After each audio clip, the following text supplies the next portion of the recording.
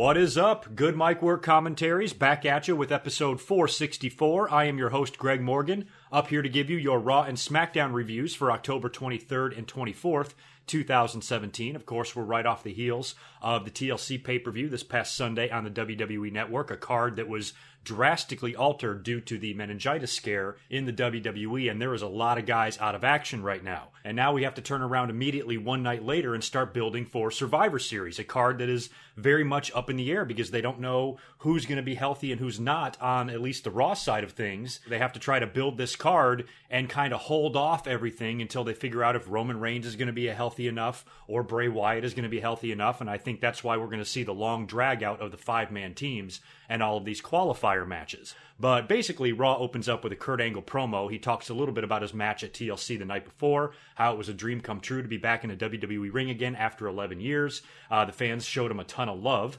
And he then starts going right into Survivor Series, and he announces a whole slew of matches for this pay-per-view. I mean, he announced, I think, like 5 of them. So basically, Survivor Series is going to be a complete Raw versus SmackDown show. We are going to get the Raw and SmackDown champions all facing each other, and then we're going to get 2 5-on-5 Raw versus SmackDown matches, a men's team and a women's team. So this entire thing is going to be a big war between Raw and SmackDown. And I'm not totally opposed of Raw and SmackDown mixing it up sometimes, and I'm not totally opposed to this happening at Survivor Series. I really liked what they did last year. That was a fun as fuck match. That 5-on-5 Raw versus SmackDown match last year, phenomenal. Absolutely awesome. So I'm not necessarily opposed to that, but just automatically coming out and announcing that this entire pay-per-view is going to be Raw versus SmackDown, I just don't think that it's necessary to go that far with it because the brand extension is only a year and a half old and there's no separation really of these brands. Yes, they're different rosters. Yes, they have different tours. Yes, for the most part, the talent stays where they are, but they've already done one superstar shakeup, and I think they've moved a couple of other guys around here and there subtly. So the roster split and the brand split is still very, very fresh, and you still have guys that have already switched brands once or twice maybe in some cases, and the whole thing is only, 18 months old. So I don't think you need to go balls to the wall here and have every match Raw versus SmackDown. I think that's too much. I think that's overkill. And I don't know how good it's going to come off on TV. A couple of these matches I'm really looking forward to. And one of those matches is the tag team match because Kurt Angle announced that Natalya would be taking on Alexa Bliss. The Miz, Intercontinental Champion, will be taking on U.S. Champion Baron Corbin. And of course, the tag team champions are going to be facing each other as well. Seth and Dean Ambrose versus the Usos. Holy shit, that's going to be good. So that's one match already that I'm super excited about for Survivor Series. As far as the rest of the card, I don't know. I mean, Kurt Angle also announces, which was kind of funny, Jinder Mahal versus Brock Lesnar, which we know is going to take place because Jinder issued the challenge last week on SmackDown. But what was funny is that later on in the night, Paul Heyman and Brock Lesnar were supposed to be on Raw, and they were, to answer Jinder Mahal's challenge. But here you have Kurt Angle announcing it in the opening segment. It's almost like WWE or Vince McMahon said, yeah, I know that doesn't make sense, but fuck it, let's do it anyway, is pretty much the way it looks to me.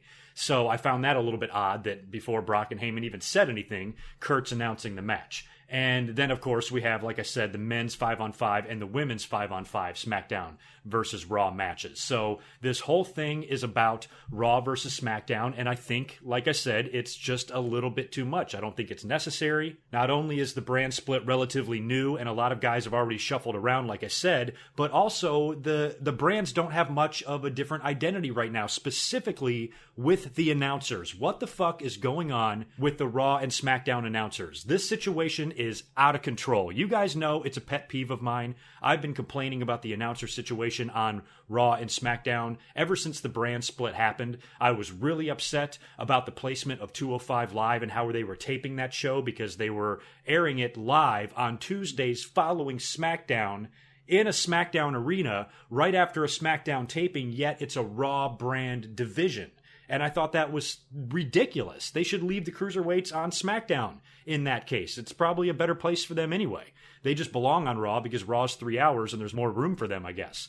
But I found that ridiculous. And then the announcers were driving me crazy because they were all bouncing around and flopping back and forth. And that doesn't bother me too much, but I think you should still have a good core SmackDown and Raw announcers. Now, granted, JBL up and quit not long ago. They had to bring Corey Graves in to replace him. That bothered me enough as it was, because I'm thinking to myself, now you got a guy announcing Raw and SmackDown. He was the best possible option, and I'm a big Corey Graves fan. I think he's a great modern-day Jesse Ventura-ish type of color commentator, and I am a fan of his work, but I don't want to see him on Raw and SmackDown if these brands are trying to develop their own identities and remain separate. And now to top it all off, Tom Phillips is not on TV right now. There are rumors that he was given time off to go get married. WWE on TV said that he's on assignment. Maybe they don't want to bring attention or draw attention to his relationship, because we all remember the trouble he got in not that long ago with those text messages and stuff. So Tom Phillips is off of TV right now, and in his place, guess who? Michael fucking Cole. So now you got Cole and Graves announcing both Raw and SmackDown. And what I don't like about that is that the announcers' jobs are to tell a story. And a lot of times you would think that the announcers need to be biased for their brand. When you have Raw versus SmackDown issues in the past, you see the announcers getting involved as well. On Monday nights, Raw can be the baby faces and SmackDown can be the heels. And on Tuesday nights, or whatever nights SmackDown has aired in the past, they can be the baby faces and Raw can be the heels. And you can have the announcers picking sides and, and helping telling the story and getting sympathy for the talent that needs it and all of that. And I just liked the two separate announce teams for the shows, because it gave those announcers something to talk about and something to brag about on television. They need to be talking up their brands, talking up their talent. But instead, you've got the announcers working both shows, and it's like, where does their allegiance lie? Maybe WWE doesn't care about that anymore. What the announcers think doesn't matter. And that's kind of true in some ways, but at the same time, I think you have to have the announcers there telling the story with passion, especially if they are rooting for one particular side. WWE needs some fucking announcers. They got Nigel McGuinness on 205 Live, I believe. He's great. He should come up to SmackDown or something. They got Mauro Ranallo on NXT. It would be wonderful if they could figure out a way to get him back on one of the main rosters calling shows. And I know Tom Phillips will be back, and I think he's a pretty good announcer as well. But the announcer situation always bothers me. And right now, if Tom Phillips is going to be off of TV for another week or two, now you're firmly into the build of Survivor Series, and you got Cole and Corey Graves doing the whole damn thing. So it's just something that bothers me, and I don't like it. I know at the end of the day, it really doesn't matter. The announcer situation doesn't seem to bother any of you at all. I think I'm the only one that really complains about the announcer situation, because to me it makes no sense for a brand split, for a brand extension, for two rosters to be separate and have their own identities. Why they have the same announcers on both shows completely baffles me. It just makes no sense to me. So Survivor Series right now is shaping up to be not that exciting of a card. You would think as fans we would be more excited about a Raw versus SmackDown super card, but we really just aren't. So far, the feedback is terrible. A lot of the fans are complaining that this card looks weak and it's kind of boring how it's all being thrown together. I mean, at least we're going to get some intermixing of the talent, but I like for that stuff to be held off. If it was up to me, I'd do one Raw versus SmackDown match at Survivor Series and like one at WrestleMania. Or maybe one at each one of the big four pay-per-views or something like that. Just give us little tastes of it. Don't just bombard us with fucking like 7 matches of all Raw versus SmackDown. It's just, I don't know, it just seems too much. It seems over the top. And we're only 1 day into this, or 2 days in, I should say, to the Survivor Series build. So I'm not going to shit on it just yet. We still have a lot of build to go and a lot of Raws and SmackDowns between now and Survivor Series, so a lot can happen. And maybe by the time we get to the pay-per-view, aside from the horrible Jinder Mahal and Brock Lesnar match, which we know is probably going to suck, maybe the rest of it will turn out okay. But right now, I am not that impressed. Getting back to Raw, Kurt Angle, right after announcing all of those matches, is interrupted by The Miz. The entire Miztourage surrounds the ring. Curtis Axel and Bo Dallas is still on the shelf with that illness, and the Bar, Cesaro and Sheamus, are out there. They all kind of surround the ring and threaten Kurt Angle. That's when Seth Rollins and Dean Ambrose come out to run off the Miztourage, and that's when Kurt Angle makes a 6-man match to open Monday Night Raw, The Shield teaming up with SmackDown's AJ Styles, who hung around after the TLC pay-per-view and showed up at Raw. The 3 of those guys are going to team up to take on The Miz, Sheamus, and Cesaro. Pretty fun match. AJ got the pin in that with the phenomenal phenomenal forearm on Cesaro, which I had a feeling he would. After coming in and losing to Finn Balor the night before, you got to think you got to give this guy, throw him a bone, get him a victory the next night on Raw, and they did. That was nice to see. Roman Reigns is still out. He was not there with the Shield. It sucks that this entire Shield reunion was completely stalled and stopped in its tracks. We don't even know what Roman's status is for Survivor Series. I know a lot of fans won't even care if he's not on the Survivor Series card, but he's a pretty big name, and I think WWE would love to have him there, provided he's healthy enough. So maybe he gets healthy enough, like the final week, maybe the go-home show, and he finds his way onto the five-man team. I don't know who's going to captain the five-man team. Raw will probably stretch this out a ways and have a bunch of qualifying matches and take their time announcing who will be in this match. Although Kurt Angle was about to announce it on Raw, so maybe he'll announce the entire five-man team next week, or they'll do some qualifier matches to kill some time until they figure out whether or not Roman can even work this pay-per-view or not. But right now, he might not be present for Survivor Series. And we also have the issue of Braun Strowman to discuss, which I'll mention here in a minute, and where he falls on the Survivor Series card. Right now, WWE is claiming he's going to be out for weeks or maybe even months after the injuries that he suffered at TLC, being put in the dump truck, or the garbage truck, I should say, and everything that Kane did to him. And he's going to be out of action for a while, but we know better. We know he's probably going to be back by Survivor Series. The last time this guy was involved in a vehicular incident, he was back in just a couple of weeks, so I wouldn't be surprised at all, especially if Roman Reigns remains on the shelf, if Braun Strowman could be back as early as this Monday night on Raw. But I'll talk more about Strowman in a minute because Kane had some controversy on Raw in a match that he had, and I'll talk about that and Braun Strowman's involvement here in just a second. As far as the SmackDown versus Raw angle, it wasn't done because on the final segment of Raw in the main event, Kurt Angle came out to cut a promo to announce that five-man team. Before he can even get it out of his mouth, Shane McMahon's music hits. Now, Shane and Kurt Angle had a backstage segment earlier on in the night where they showed each other some respect, but they also bragged about their brands, and you could tell there was some tension there. The first thing that I thought, I was like, holy shit, Kurt Angle and Shane McMahon are each going to be on their respective teams. As a matter of fact, I wouldn't be surprised if they turned out to be the captains. And Shane McMahon and Kurt Angle had a legendary match at the King of the Ring 16 plus years ago now, and that was great. I don't know if these guys could necessarily recreate any of that magic at Survivor Series, but I would not be surprised at all if Kurt Angle and Shane McMahon are on opposite sides at Survivor Series. And I would actually be okay with that because they have a lot of history and it might be fun to see that. I know some people and some of us get a little bit uncomfortable when Shane McMahon wrestles in big 4 pay-per-views and major matches and big main events and taking up big spots, but he's entertaining, he does a good job, and I can pretty much live with Shane being on pay-per-views here and there if he absolutely must. And so far, he hasn't won any of them, so hasn't been that big of a deal. But I wouldn't be surprised at all if Shane and Kurt are on opposite sides there. So Shane McMahon's music hits right after Kurt Angle starts to announce the 5-man team for Raw, and he brings with him the entire SmackDown roster. They start coming down through the audience wearing their blue SmackDown shirts. They surround the ring, and they run off Kurt Angle. And then Shane McMahon gets in the ring. Raw is under siege by SmackDown. He gets on the mic and he says, "Boys, go get him." And he directs the entire SmackDown roster to go to the backstage area and completely tear through the Monday Night Raw roster. They're all over the place. They run into Titus O'Neil and Apollo Crews in the hallway, beat the hell out of them. The women get involved. The Raw women get their asses kicked. They find their way into the locker room where they beat down Jason Jordan and Finn Balor and Matt Hardy and a bunch of other guys. They're even beating up production guys and lighting and sound dudes as well. So SmackDown is just completely tearing a hole in Monday Night Raw.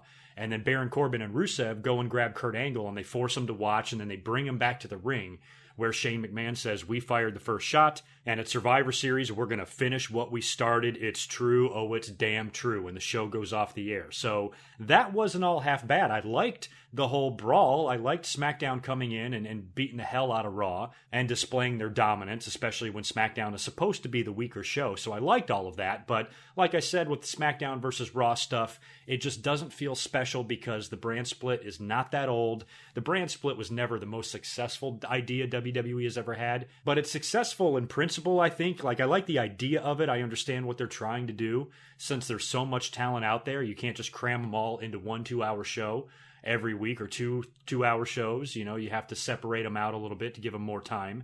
So it's just not the same people being featured on every Raw and every SmackDown, and it gives other guys an opportunity. There's a lot of positive things about the brand split. But I just don't think it's been going on long enough to have a crazy pay-per-view like this where you literally have everybody facing each other, and the last thing in the world it feels like is special. So hopefully the talent can make this stuff good, because there's a hell of a lot of good wrestlers on these two rosters that are going to be having matches with each other. I think the 5-on-5 match will be a lot of fun. I think Seth and Dean and the Usos are going to tear the house down, and you have some potential for some other pretty awesome matches on this thing as well. So I'm not completely giving up on Survivor Series just yet, but like I said, right now I'm not that optimistic. Let's move on now to more of Monday Night Raw. We also had a Kane promo, and Kane had a very big night on Monday Night Raw, and a lot of people have a lot of opinions about Kane's match on Raw. And the first thing Kane does is cut a promo in the ring talking about Braun Strowman, how he destroyed him and how Braun Strowman is gone and not coming back. Also says that there's only one monster in WWE, and that's Kane, and he takes exception to Braun being called the monster among men, and basically announces to the world that he is now the man on Monday Night Raw, and Braun Strowman is never going to be seen again. But one thing I got thinking about is the feud between these two that is now likely to happen. And with Kane coming out on Raw and cutting this promo on Strowman and declaring himself the true monster in WWE, you know Strowman is coming back to feud with Kane. So here's my idea. And I know every time I pitch an idea like this, they never do it, so this might not even be remotely close to coming true. I've pitched similar things for Mark Henry and other guys that have been close to retirement. Big Show is another guy that comes to mind. But Kane just surpassed 20 years in the WWE as this Kane gimmick, not to mention the 2 or 3 years he wrestled previously as Isaac Yankem and New Diesel, and then going back to the indie days with USWA and Smoky Mountain, places like that. He's been in the business a long time,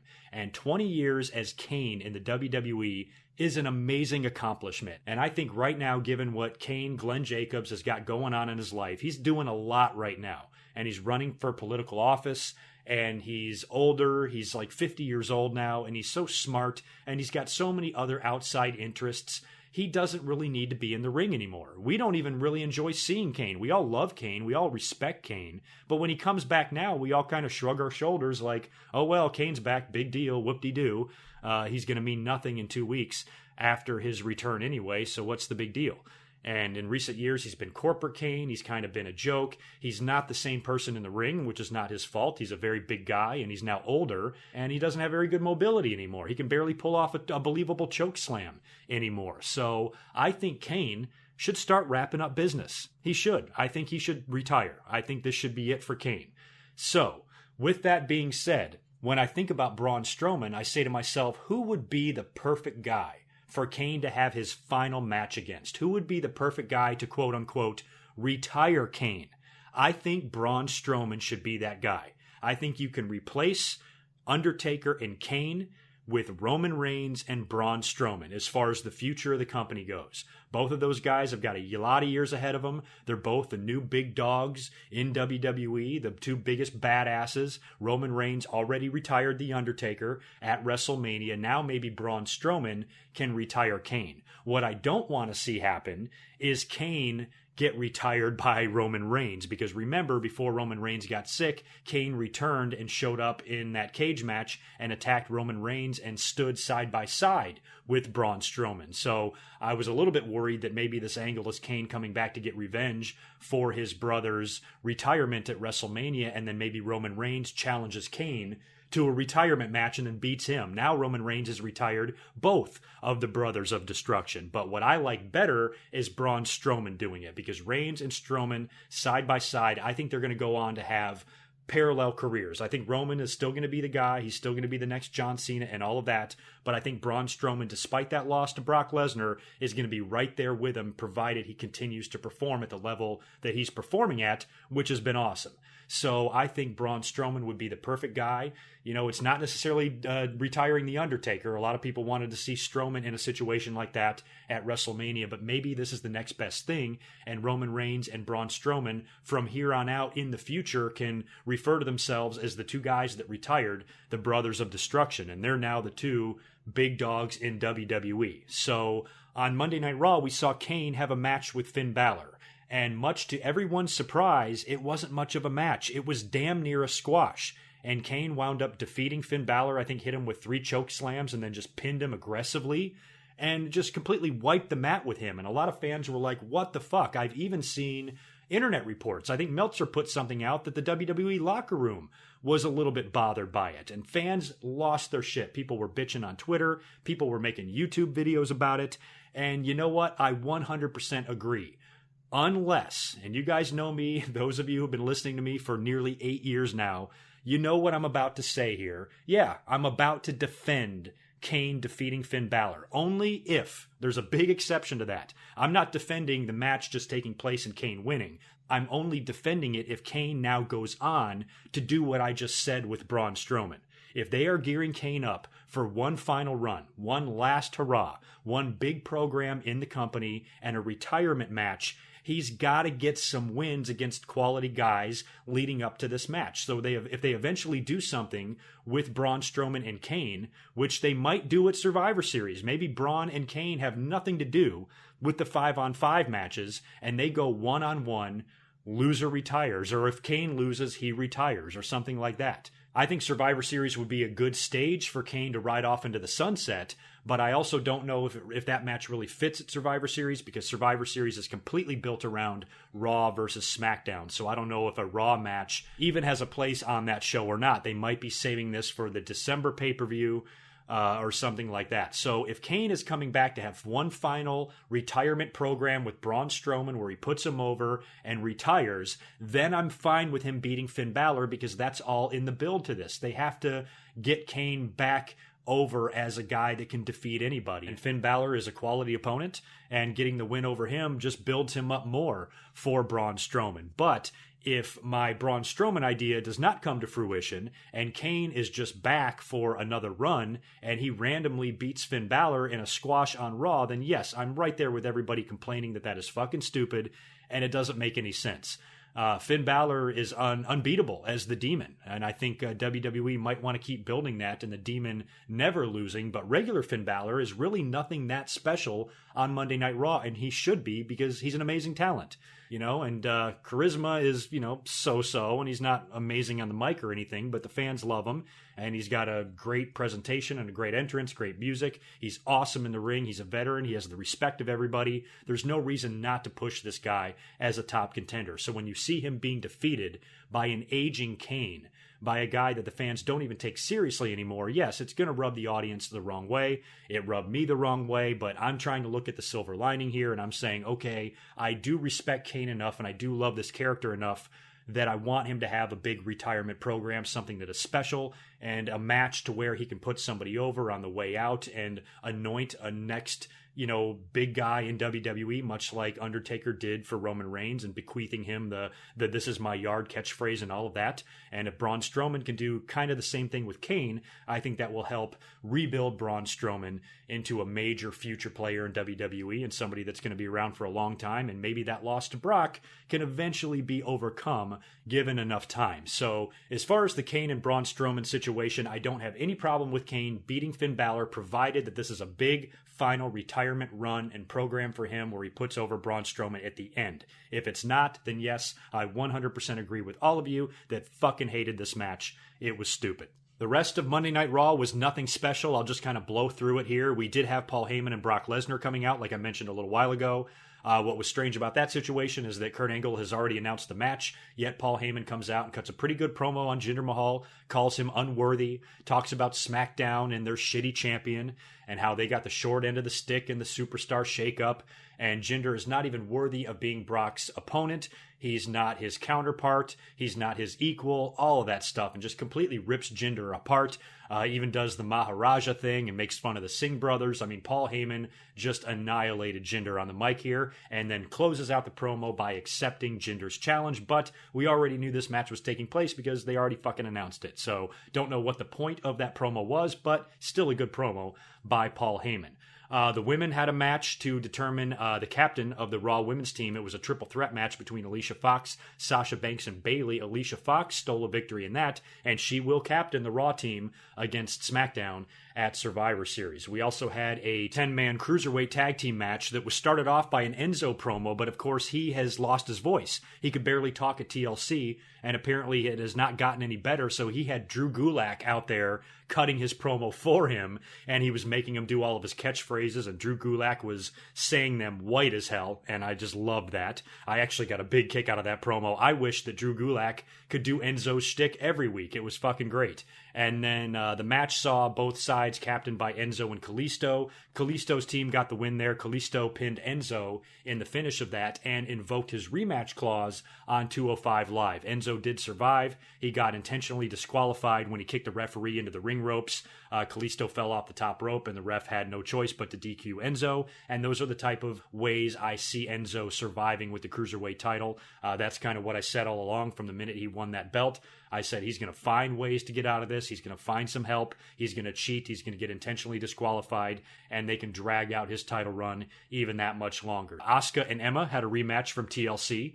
Same result as well. Asuka tapped out Emma. Still a competitive match, not as competitive as TLC because it was timed for television, but still pretty decent, and Asuka got the victory there. Jason Jordan defeated Elias by DQ when Elias nailed Jordan with a really hard guitar shot. Looked pretty sick. And we also had an Alexa Bliss promo where she's out there bragging about her victory over Mickie James at TLC, demands that the fans chant "You deserve it," which prompts Mickie to come out to the ring, hit Alexa Bliss with a kick to the gut, and nail her with a DDT. And then she gets on the mic and says, "You know what? You do deserve it." So I guess the issue between these two ladies is not quite over yet. I don't know if we're going to get a rematch on Raw here in the next couple of weeks. We probably will. Still don't know if there's more than meets the eye to Mickie's over-the-top babyface promo after her loss at TLC. Don't know if that's going to lead to anything or not. It might not. Who knows? But it looks like it will not be the last opportunity for Mickie James. Moving on to SmackDown now, the show opened up with a Shane McMahon promo, and he was addressing the beatdown of the night before when his SmackDown roster went into Raw and kicked all of their asses.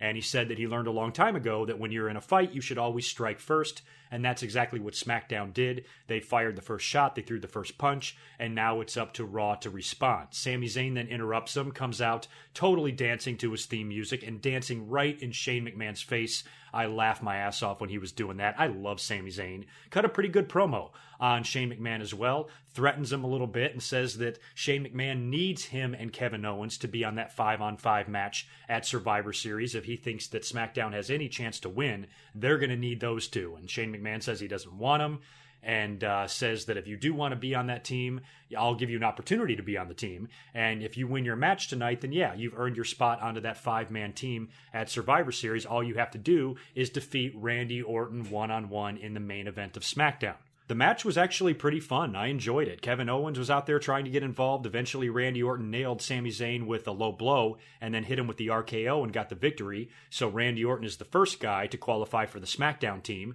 Sami Zayn and Kevin Owens might get there. They might just be stretching this out. Both guys will probably get opportunities. As a matter of fact, Kevin Owens will get an opportunity next week on SmackDown, as it was announced that he'll be taking on Shinsuke Nakamura. And that should be a really good match, and the winner of that will also be on the SmackDown team. So I wouldn't be surprised if Nakamura got the victory next week and defeated Kevin Owens, and they will stretch out the Owens and Zayn making the team until near the end. Maybe it turns out to be the two of them and Shane, and those will be the 5 guys on the SmackDown team. But where does that leave AJ Styles? It would be nice if he was WWE champion by that point, but I'm not thinking he will be, so I think AJ needs to be on that team as well. And my idea of Shane McMahon and Kurt Angle being on their respective teams might be totally wrong. And if Shane is not on the SmackDown team, then you could put Sammy and Owens and AJ along with Shinsuke and Randy Orton, and that would be a pretty solid 5-man team for SmackDown. So still up in the air how they're going to put all that together, but we do know that Randy Orton is the first guy on the team, and most likely Shinsuke Nakamura will be the second. Speaking of Kevin Owens, he actually had to leave WWE's tour of South America to go home to take care of a family issue. Don't know what's going on there. Hope everything is okay. He just needed to be home with his family. Kudos to WWE for letting him go home and leave the tour to take care of whatever he needed to take care of. Triple H, incidentally, replaced him on the Santiago Chile house show, which was crazy. But Kevin Owens apparently had some sort of an issue. His wife, I did read, posted something on Instagram, I think, where she said it was a very difficult time, one of the most difficult times they've ever gone through as a family. So I don't know what that means. I don't think any of their children are sick. I hope not. I know neither one of them died, and they're both pretty young. So just don't know what the issue is there, but it was a little bit alarming. Like, I think it worried a lot of us because Kevin Owens is a pretty awesome guy, and we all want the best for him, and we were a little bit scared that something was seriously wrong, but he was back on TV here on SmackDown, so whatever the situation was, whatever the emergency was, he went home, he dealt with it, and he's back on the road now. So I wish the Steen family nothing but the best, and I hope everything is okay, and the whole family is happy and healthy. As far as what else we saw on SmackDown, not a whole hell of a lot. We had Jinder Mahal's response to Brock Lesnar, and he said that Paul Heyman is right. He's not Brock Lesnar's equal. He's not his counterpart. He's Brock Lesnar's worst nightmare. Okay, whatever, Jinder Mahal. How about the way Kurt Angle pronounces his name on Raw? That was pretty damn funny. So really didn't take Jinder's response all that seriously. Like I said last week, the only way in my mind this title match makes sense is for Jinder to figure out a way to win, just to elevate him more. But that was when I thought this was a one SmackDown versus Raw match card. I didn't know they were going to do 10 SmackDown versus Raw matches. Now my prediction for this completely changes. I think Brock goes in there and chews up and spits out Jinder Mahal, and it's not going to be much of a match at all, and Brock Lesnar is going to keep rolling. There's even some rumors of a special guest referee, and I've actually been seeing this everywhere. Did I miss something on Raw or SmackDown? Has this been officially announced that there will be a special guest referee for this match, or is this all just hearsay? I actually don't know the real story on this special referee rumor, but John Cena's name is being tossed around a lot. And he would make the most sense because really when you think about it, he doesn't have an alliance to Raw or SmackDown. He's been on both shows in the past couple of months. So it's not like he can really be on either one of the 5-man teams. And if they want to have John Cena around or have him on the card just to have a presence on the pay-per-view, they could put him in the special guest referee capacity and ref the Jinder versus Brock match. So that would add a little bit of interest to this match, I suppose. But if there is no special guest referee and it's just the two of them one-on-one, what's the fucking point? Like I said, unless they figured out a way for Jinder to win. But now that is looking extremely unlikely. We'll have to wait and see how this story develops. But right now, this match is looking like shit on a stick.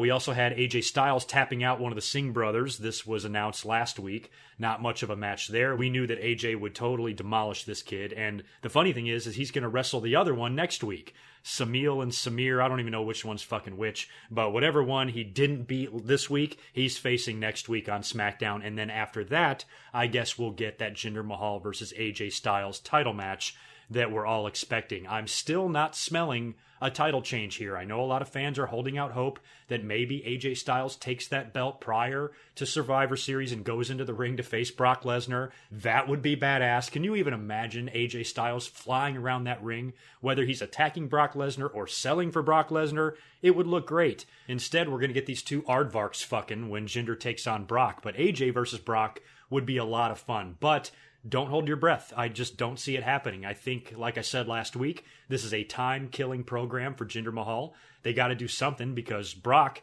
not only is he not on Raw every week, he's not on his own show every week. So it's not like he's going to be showing up on SmackDown. He might actually show up on SmackDown 1 week between now and Survivor Series, and maybe Jinder will show up on Raw 1 week.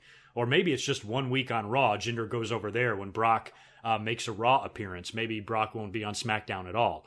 But whatever they do in their build to their Survivor Series match ain't going to be much. So Jinder's got to have something to do on SmackDown. So this feud with AJ Styles is the perfect thing. And as much as I would love to see AJ Styles go in there and take that belt from Jinder Mahal, I don't really think it's going to happen. So I think next week, AJ will beat that other Singh brother in about 2 seconds. And then after that, he will officially challenge Jinder for the title. And they'll do that match the next week on SmackDown, or maybe announce it for 2 weeks in advance so they can build it an extra week on TV, or something like that. So that's kind of where I see that going. And then eventually when you have the match, Jinder Mahal can pull some shit to get the victory. Maybe even some Raw guys can show up and cost AJ Styles the match, which puts him in the 5-on-5 match instead. Now he wants revenge over whoever showed up on SmackDown to fuck up his title match with Jinder Mahal. I wouldn't be surprised at all if that was a possibility. So I think, AJ Styles at the end of the day is going to fall short in his quest for the WWE title this time around, and that's a shame. As much as I would love to see it go the other way, I think it is set in stone. We are going to get Jinder Mahal versus Brock Lesnar. So, oh well.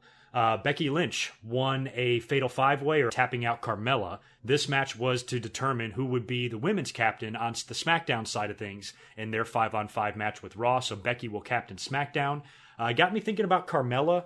She probably will be in this match. As a matter of fact, she will be. I'm sorry, I should backtrack a little bit here. Right before Becky won that match, all the girls were backstage, and Daniel Bryan approached him and says, hey, everybody here is going to be on the SmackDown women's team. Congratulations. And Lana is one of those people. And then she says, Daniel, there's 6 of us here. And Daniel just very casually says, oh, not you, Lana, and goes on with his business, which I thought was really funny. So then when everybody starts arguing about who's going to be the captain, and Daniel Bryan says, fine, we'll make a Fatal 5-Way between all of you. Whoever wins that will be the captain. And Becky got the victory there. We also saw another Bludgeon Brothers promo. This one was a little bit more lively. There was a little bit more going on here. In the previous 2 promos, the first one was really dark, and it was just the 2 of them. They barely said anything. The next one, they were in the woods. This time, they're in the woods again, but they're just a little bit more energetic, and now they're smashing shit with those big mallets or those hammers that they have. And said their names again, and Bludgeon Brothers, and this one looks goofy as shit. I probably like this promo a little bit more because there was just stuff happening in it, but overall, I'm just not impressed with the Bludgeon Brothers. I think it's going to be a complete and total flop. Hopefully I'm wrong, but I don't think I will be. We also saw Baron Corbin beating the hell out of Sin Cara in a rematch and getting disqualified, so he lost last week via countout. This week he lost via disqualification when he gets Sin Cara in the corner and just starts beating the hell out of him and won't adhere to the referee's 5 count. So the referee rings the bell, DQs Baron Corbin. I don't know where the hell this is leading. Sin Cara, to me, doesn't seem like a worthy United States title contender to me. He just hasn't been a big part of SmackDown lately. So why he's getting a little mini program with Baron Corbin, I have no idea. I guess next week they'll have another match. Maybe Sin Cara will beat him via pinfall, earning him a shot at the United States title. That's a very big possibility as well. If he beats him by countout, then he beats him by DQ, then he beats him by pinfall, then the week after that they can do a U.S. title match and Baron Corbin can retain. I would like to see Ty Dillinger get back in the mix here too. I don't know what the situation with him and Baron Corbin is, if they're going to continue to work or if they're done.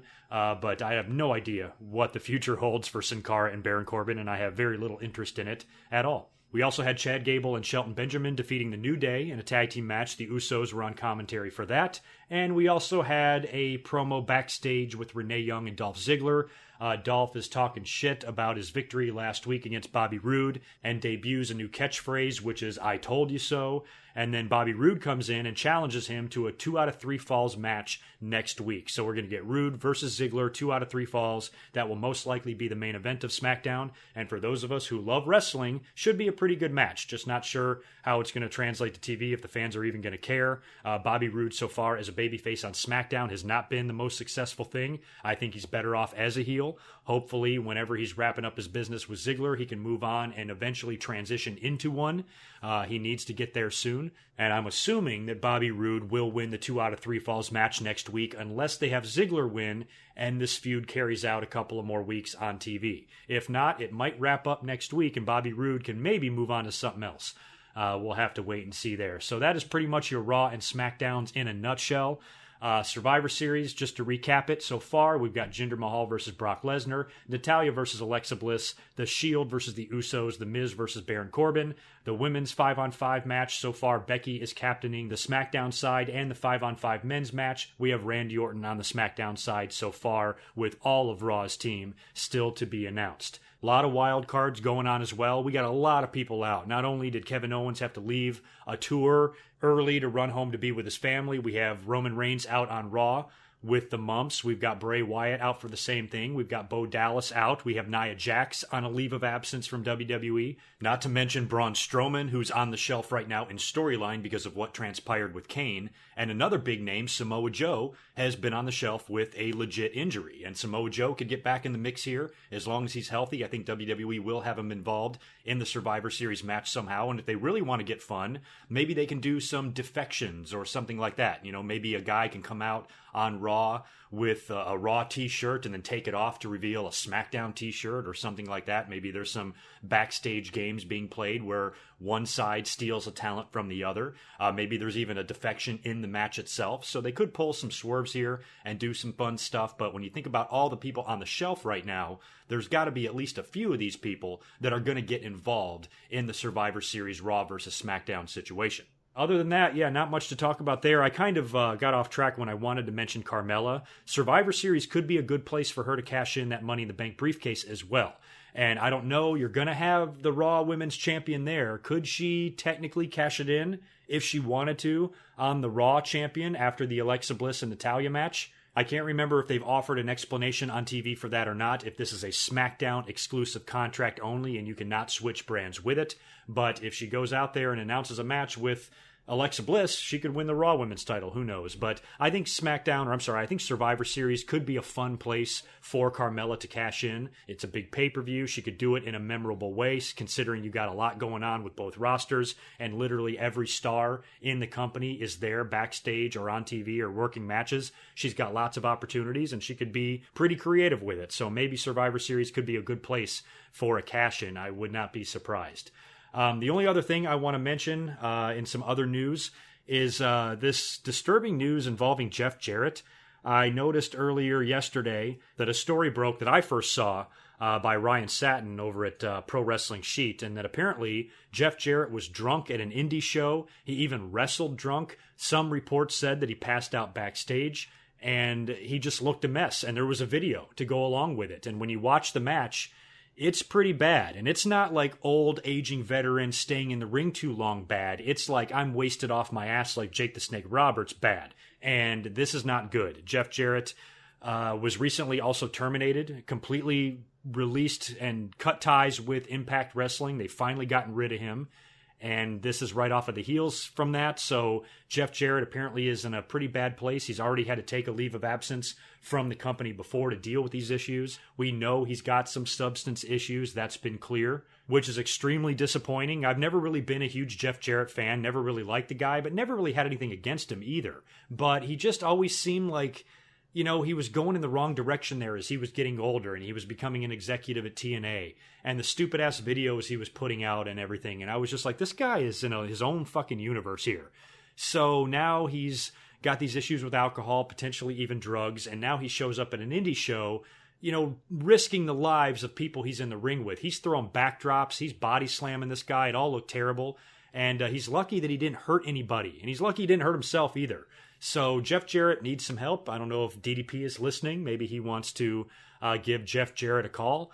Maybe bring him into his house, teach him some yoga, and get him on track the way he did with Jake Roberts and Scott Hall and others. So Jeff Jarrett, if you're listening, I know you're not, but dude, get your shit together. Come on, man. Oh, God. So fucking exhausting seeing guys act like this.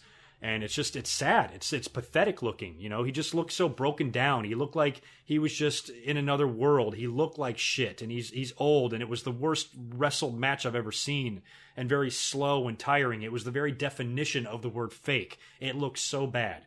And he's stumbling around there drunk, and it was just an embarrassment. And it's embarrassment to wrestling for a guy that's been in the business so long, and his family, everything that his family has done in wrestling. You would think he would have more respect for it than go out there wasted and have a match with an inexperienced guy that he could have hurt.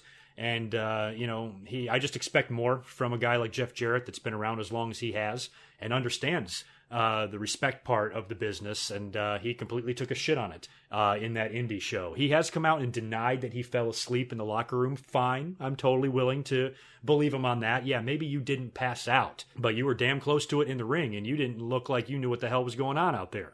So never liked these situations when they happen. I was really disgusted when Jake Roberts, when Scott Hall, when Jeff Hardy all did the same thing. Jeff Hardy did it on a fucking pay-per-view, no less. Jake Roberts and Scott Hall did it at indie shows, and here Jeff Jarrett is doing this now. So it's just sad. You know, he had a pretty good career. He's a relatively big name. I mean, he's a Hall of Fame worthy wrestler. If he didn't have the big falling out with WWE, he's definitely a big enough star to go into the Hall of Fame. Multi-time IC champ in the WWE, multi-time world champion WCW, totally Hall of Fame worthy. and he should be proud of his legacy. But instead, he's getting wasted and making a fool of himself on indie shows in front of 15 people. So get your shit together, Jeff Jarrett, because you're better than this. So anyway, that is it for me. I am out of here. I do want to give you guys a little programming note as well. I want you guys to stay tuned to the channel and also follow me on Twitter at GoodMicWork, and keep an eye out for some possible live streams to my YouTube channel. I have finally taken the time to actually teach myself how to do a live stream. I've never done one before, never even looked into it, didn't even know what goes into it. So I kind of had to read up on it, take a couple of tutorials, figure it out. I've done some tests. It all looks nice and good, and I think the quality would be good, and it could be a lot of fun. So in the near future here, maybe in the next week or two, I'm going to schedule a live Q&A. And this is going to be just a test run. I just want to see what the response is, see what kind of audience I can draw. I'm not going to spend a whole ton of time on this. This is not going to be some giant Q&A, but it is going to be done live. And depending on how many people watch it will depend on whether or not I do this more often in the future. So I just want to see if the fans or if my listeners are interested in seeing me doing this. Don't worry, my normal commentary schedule will not change at all. This is just going to be an addition to the channel. I will still be up here every week with my long podcasts on Raw and SmackDown and the current product, like I am all the time, and my other series will continue on my channel as well. But I have thought about in the past doing some live Q&As, because the other Q&As that I do, although they're very fun, they're time consuming because it's an email Q&A only. So I have to comb through emails, and I have to set everything up, and I have to type out, what I want to talk about, and then I have to edit everything, and it's just a long process. So a live Q&A will be a lot quicker, and it might be more fun. So I'll probably schedule one in the next week or two, probably for a weekend or maybe like a weeknight at like 8 p.m. Eastern time or something like that. And I'll make that announcement all over social media. So follow me on Twitter and like my Facebook page, and you can keep up with me there if I have time. If I know I'm going to do it on a certain day when I do a commentary, I'll make an announcement in the commentary. But I might have to decide, I want to do this tomorrow, or I want to do this 2 days from now. And the only place I'm really going to be able to announce it is on social media. So I will try to pick a peak time, at least here in the US, where a lot of people might be in front of their computers or have time to watch or listen or whatever. So that will be coming in the future, just a test. I want to see how it goes, and I'll do a live Q&A where you guys can just type in questions in the chat, and I'll answer them, and we'll just chit chat. I'll probably open up a beer and chill out and hang out. I also made a very big Facebook post earlier yesterday where I asked for fans' help with gaming. Now, I don't play video games. I never have played anything modern. The last video game console that I owned was a Super Nintendo back in 1993. I think I got rid of it in 1995, and that's the last time I've seen a video game console. I never played a GameCube, never played a Nintendo 64, never played an Xbox, PlayStation, none of that shit. That stuff is way over my head. I have no interest in it, and I'll never play those. However, I have fond memories of the old consoles. I have an Atari 2600, I have a Sega Genesis, I have an original NES, and I have a Super NES.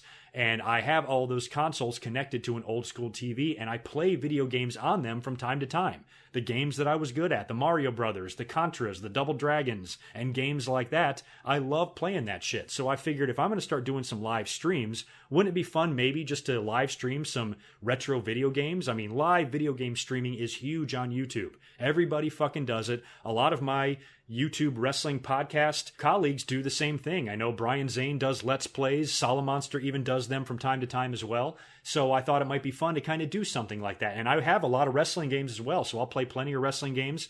So basically in that Facebook post, I asked people for their advice. I know nothing about streaming or emulating video games. I suppose I could capture the footage on my old TV that I have connected to the old consoles. I could buy a capture card or buy a capture device, I suppose, and plug that in. Or I could just record it because I have a DVD recorder hooked up to all that stuff. And then all I have to do is record myself playing it and then edit it all together. But what I was curious about is live streaming. Like if I wanted to live stream some games, I don't really know how to do that. So I was curious about emulators. And I was asking for advice on software to download and play on my computer, on my PC, old Nintendo games. If anybody does that, how easy is it? Does it fuck up your computer? I have a pretty nice computer, so I can handle some pretty decent software. I would like it to be free because it's not something I really feel like I need to pay for because I have all the consoles already.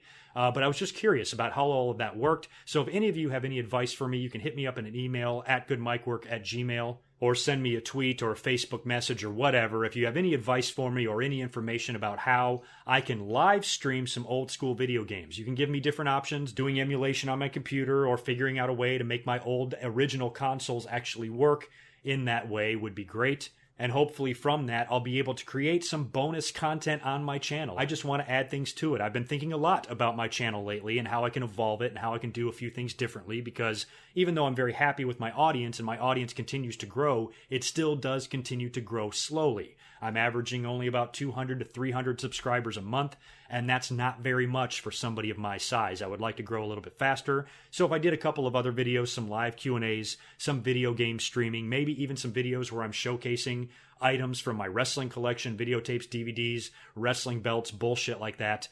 Maybe I can do some videos like that. So I've been thinking a lot about that. That's why I taught myself how to live stream and trying to learn some other things. I've recently been guests on other channels. I've done stuff with Joe Cronin. I've done stuff with NoDQ.com.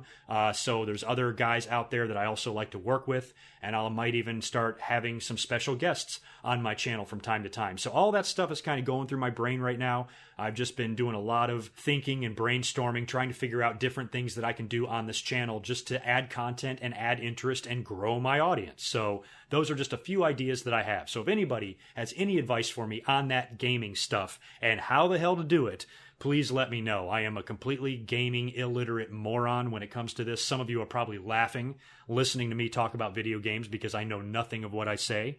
I can take an old console and hook it up to a TV and connect it to a DVD recorder and record that footage. Beyond that, I don't know how to do anything else. So thank you for indulging me there and listening to that channel update. I just wanted to get that out there so you guys can know, those of you who like to listen to my commentaries all the way through, that there will be some new stuff coming to the channel here in the future, and I'm currently working on that now. So you guys have a great rest of your week. I will be up here regular time next week with your Raw and SmackDown reviews. Maybe, just maybe, you'll get me in a live video between now and then. I doubt it. I might wait until next week to do that. But like I said, keep a lookout. Pay attention to my YouTube channel, click that little notification bell, and follow me on social media so you can be aware of whenever I do this. So I will catch you guys in just a few days. Have a great rest of your week, and I'll talk to you real soon. Until next time, peace.